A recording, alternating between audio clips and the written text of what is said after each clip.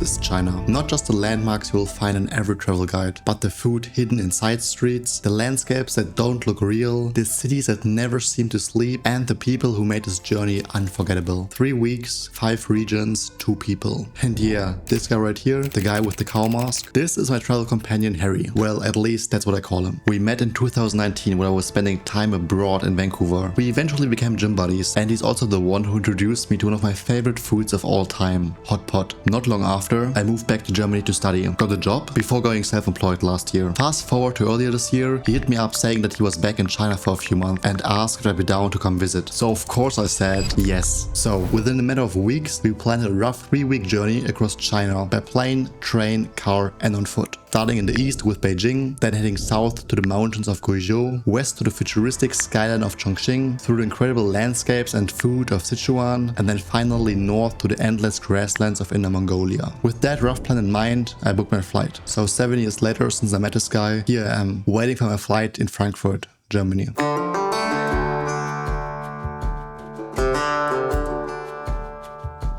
From there, I flew non-stop to Beijing, China. Honestly, the flight was a lot more pleasant than I expected. After I landed, the airport immediately caught my attention. I later learned that Beijing actually has 2 major airports. An older one that's closer to the city center, and a newer one where I arrived. It's farther away, but it's incredibly modern.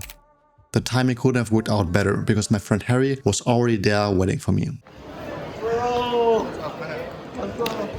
He'd even borrowed his uncle's car so we could drive into the city together, which turned out to be a lifesaver, considering the airport is about an hour and a half from downtown. Harry picked me up in a Li Auto, a brand I'd never even heard about back in Germany, and I have to admit, I was impressed. On the way into Beijing, we stopped by a few places, grabbed something to eat at a shopping mall. While wandering around the mall for a bit, we spotted the CCTV headquarters, the home of China Central Television. Its distinctive loop design makes it one of Beijing's most recognizable modern landmarks. I also grabbed a bubble tea with a flavor I honestly still don't know how to describe. It tastes very interesting. Okay. If you had to give it a rating out of 10? 8 or 7? 8 or 7? Yeah. That's not too bad. Eventually, after taking the car again, we checked into our hotel, right in the middle of one of Beijing's modern commercial and entertainment districts, Sanlitun Soho, one of Beijing's most vibrant neighborhoods. While the area is famous for its modern shopping malls, restaurants and nightlife, it's also a place where people from all over the world come to live, work and hang out. It gave us the perfect base for exploring the city, especially at night when the streetlights lit up with huge LED screens, neon signs and countless places to eat. Harry also gave me a really thoughtful gift, a Mongolian bottle opener shaped like a horse. It looked amazing, and since it was the year of the horse, it felt especially fitting. For dinner we picked up some incredibly spicy food. This definitely wasn't going to be the only spicy meal we would have in China, but it was a memorable introduction. The rice didn't stand much of a chance, so thankfully we'd also ordered milkshakes. What's the most spiciest? Probably this one. Yeah. Okay. This one gonna be good. Damn. Like, it has a really good spiciness to it. It is spicy. You already caught. Luckily, years ago in school, together with a friend, I basically trained to eat ridiculous spicy food. And looking back, that preparation probably came in handy for this entire trip. The next morning we had big plans. First though, breakfast. It included meat pancakes, small fried buns, zongzi, sticky rice dumplings wrapped in bamboo leaves, and ice mung bean porridge to help us cool down in the heat. It was my first proper breakfast in China and I loved it. After that, we headed to one of the places I've been looking forward the most, the Forbidden City.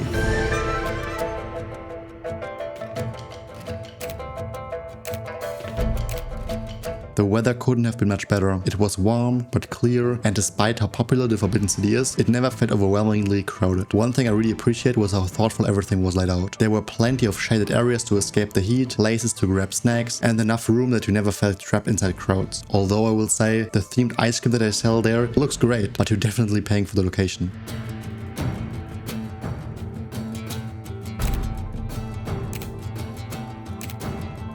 The Forbidden City itself completely lived up to its hype. It's hard to appreciate the scale until you're actually inside it. Construction began in 1406 under the Yongle Emperor of Ming Dynasty and took around 14 years to complete after he moved China's capital to Beijing. For almost 500 years, this was the political and ceremonial heart of the entire empire, where 24 emperors of the Ming and Qing dynasties lived and ruled. Ordinary people simply weren't allowed to enter, which is exactly where the name Forbidden City comes from. Today, it's no longer an imperial palace, but a palace museum, preserving one of the world's largest and best preserved palace complexes. With nearly 1,000 surviving buildings spread across the enormous walled complex, it really does feel like a city hidden inside another city.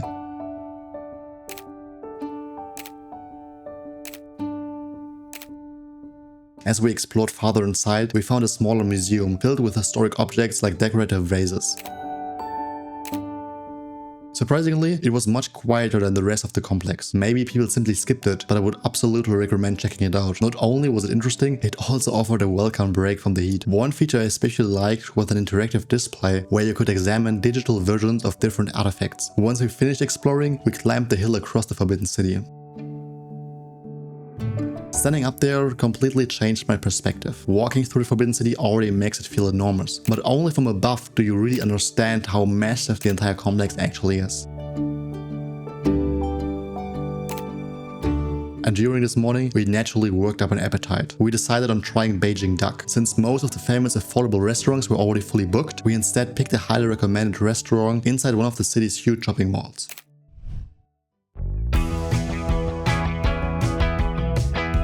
But before eating, Harry wanted to show me something. Another car. Since I had already become a fan of the Li Auto after the drive from the airport, he told me I had to experience one of their newer models. And honestly, it was insane. The car has a partnership with Dolby Atmos, and during the demonstration, the entire suspension moves in sync with whatever you're watching. The bass, the motion, the sound, it feels less like sitting in a car and more like being inside a 4D cinema.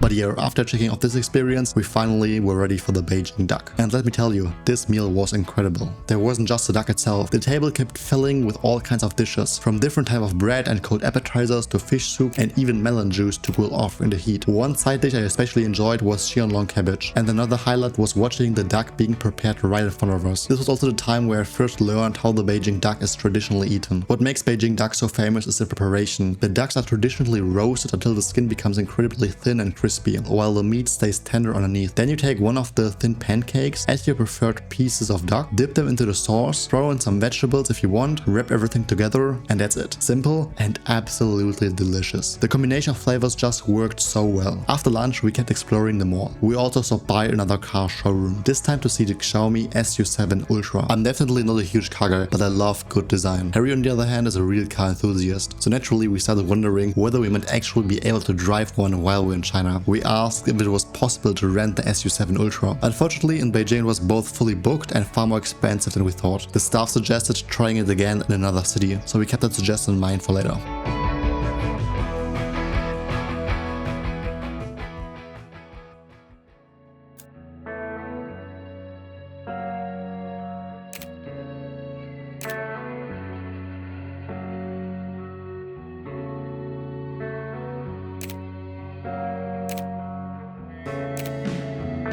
On the way back to the hotel, we met up with a few of Harry's friends, and they immediately had a recommendation for me to try out stinky tofu. Smell it first and eat it. Grab this one and dip it. Just take a little bite first. See how you like it. Careful, it's hot. Good. It's good? Yeah. It's good? Did you smell like stinky stuff? Yeah. Because it's called stinky tofu. Right afterwards, I got something sweet for myself, and then we called it a night. The next day started with a surprise, because right outside of our hotel, we saw a man walking his pet capybara. Capybaras are the world's largest rodents and look like giant guinea pigs. After calling a taxi and driving for a bit, we've arrived at the place I've been looking forward the most, the Great Wall of China.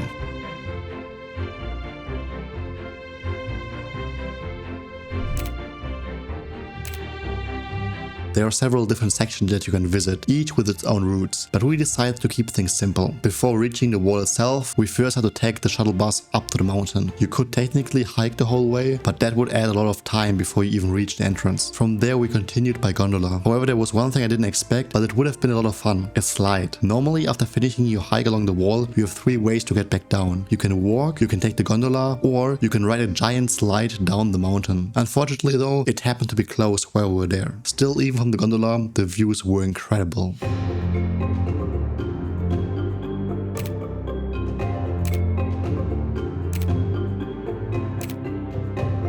What you're saying is we could have gotten this here, but instead with this foggy condition. Well, it's unfortunate that because of the fog we can't see that much. But Yeah.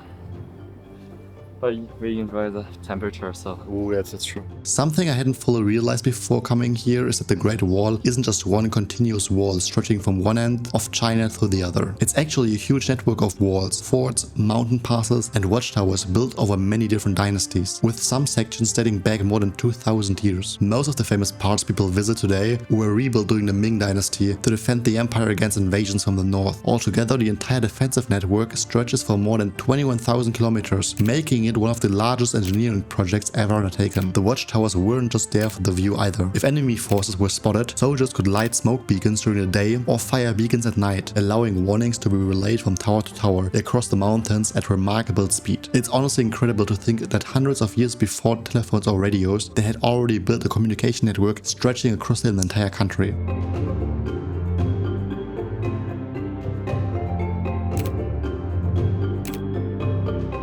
Way too many steps. Let me be clear, it was really exhausting. By the time we reached the end of the section open for tourists, we were completely drenched in sweat, but it was worth every step. At the beginning there was quite a few people, but the farther we went, the quieter it became. Eventually, large stretches of the wall felt surprisingly peaceful. Prior to coming to China, I brought Harry a small gift, some German snacks. One of them he carried in his backpack, so that we could refill our energy. Haribo. This one is one of Germany's most recognizable gummy bear brands. So you don't know this, right? Yeah, I don't Yeah, know. you haven't tried it yet. What's that? This one is like kind of hard on the outside and very soft on the inside. Okay.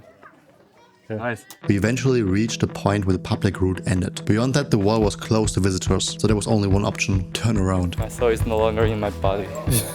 After walking again for quite a while, we then took the gondola back down, absolutely starving after the hike. And that's when one of my favorite discoveries of this entire trip happened. I was looking for something to drink. Then I spotted a place called Mishui. 你爱我，我爱你，蜜雪冰城甜蜜蜜。It's like you love me, I love you. 蜜雪 ice cream and tea.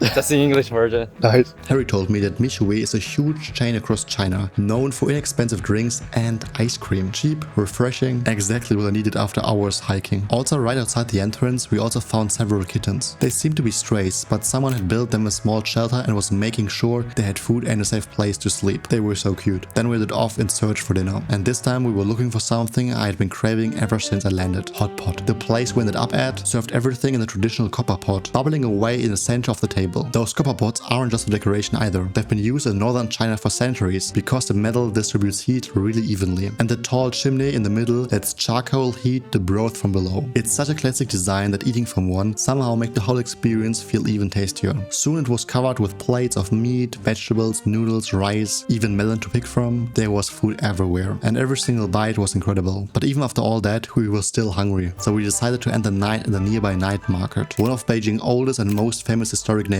Unfortunately, it was already beginning to close by the time we arrived. Even so, there was still plenty to see. This one caught our attention right away. They served fresh hot churros with chocolate, ice cream and crushed nuts. Unbelievably good. Besides, that was one more shop that we had to enter. This one was filled with colorful cakes and sweets. I had been told this was a great place to try local desserts, so we picked up a few to bring with us for the next couple of days. After strolling through the alley, we wrapped up our final evening in Beijing. Well, almost. Before calling it a night, we squeezed in one last experience, a massage. This place was incredible. You relax in a huge reclining chair, watch a movie while getting a massage, and we were able to order unlimited food and drinks the entire time. What can I say, this was the perfect way to end our stay in Beijing. The morning after, it was time to head to the airport. Our next destination, Guizhou. And as amazing as Beijing had already been, the next destination of this trip had a lot of action waiting for us.